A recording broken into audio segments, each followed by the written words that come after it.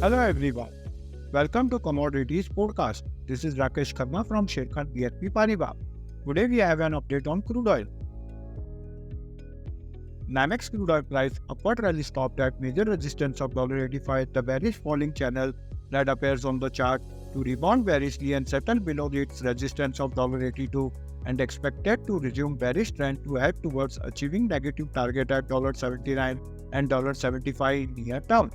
MCX crude oil price settled below 7,000 level along with trendline breakdown to keep the bearish trend scenario valid and active for the upcoming period.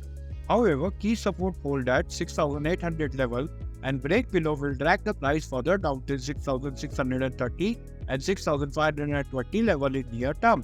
On the way up, key resistance hold at 6,950 level and break above will act as a trend reversal. The price indicator MACD is bearish. Thank you.